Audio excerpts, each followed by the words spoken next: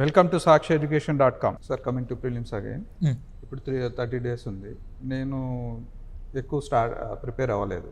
నేను only question and answers ఏదో bit bank book తీసుకొని చదువుతానంటాను. పాసిబుల్ సార్ అలా ఒకప్పుడు పాసిబుల్ అయ్యేది, ఇప్పుడు అంటే పూర్తిగా పాసిబుల్ కాదు అని నేను చెప్పి ఒకవేళ అలాంటి అభ్యర్థులను డిస్కరేజ్ చేయదలుచుకోలేదు. అండ్ టు అన్ ఎక్స్టెంట్ అది వర్కౌట్ అవుతుంది కూడా. గతంలో అయితే 1000 బిట్లు చదువుకొని పోతే, ఇన్ఫ్యాక్ట్ చాలామంది సార్ నాకు సీనియర్ వెటరన్ ఆస్పిరెంట్స్ అప్పట్లో ఉండేవాళ్ళు, వాళ్ళు చెప్పేవాళ్ళు అనమాట.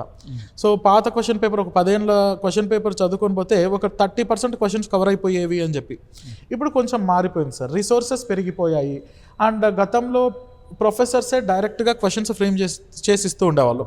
ఇప్పుడు ఏం చేశారంటే, ఈ ప్రొఫెసర్స్ బిజీగా ఉండడం వలన, వాళ్ళు బిజీగా ఉండడం వలన ఏం చేస్తారంటే, అప్పుడప్పుడు స్కాలర్స్కి కూడా, అంటే రీసెర్చ్ స్కాలర్స్కి, సబార్డినేట్ స్టాఫ్ కూడా క్వశ్చన్స్ ప్రిపేర్ చేసే ఆ రెస్పాన్సిబిలిటీస్ అన్నవి వస్తూ ఉంటాయి అన్నమాట. కాబట్టి వీళ్ళు ఏం చేస్తారంటే వాళ్ళ యొక్క జ్ఞానం అంతా కూడా ప్రదర్శిస్తారు. సో అలా డెప్త్ నాలెడ్జ్లోకి వెళ్ళి క్వశ్చన్ని తీసుకునే ప్రయత్నం, ఇది ఎప్పుడూ అడగకుండా ఉండేటట్లుగా ఉండాలి, ఇది డిఫరెంట్గా ఉండాలి, ఇలా ఆలోచించడం అన్నది ఎక్కువైంది. దీంతో question and answers only by heart చేసుకొని పోయి కాన్సెప్ట్ అండర్స్టాండింగ్ లేకుండా, దాని వలన అంతగా ఉపయోగం ఉండకపోవచ్చు. బట్ తక్కువ టైం ఉంది కాబట్టి మరీ అలా కాన్సెప్ట్స్ ఇప్పుడు ఏం చదువుతాంలే, ఇంత నాకు టైం లేదు, జాబ్ చేస్తున్నాను అనుకున్న వాళ్ళు ఇంకా లాస్ట్ రిసార్ట్గా దాన్ని మనం పట్టుకోవచ్చు. ఓకే.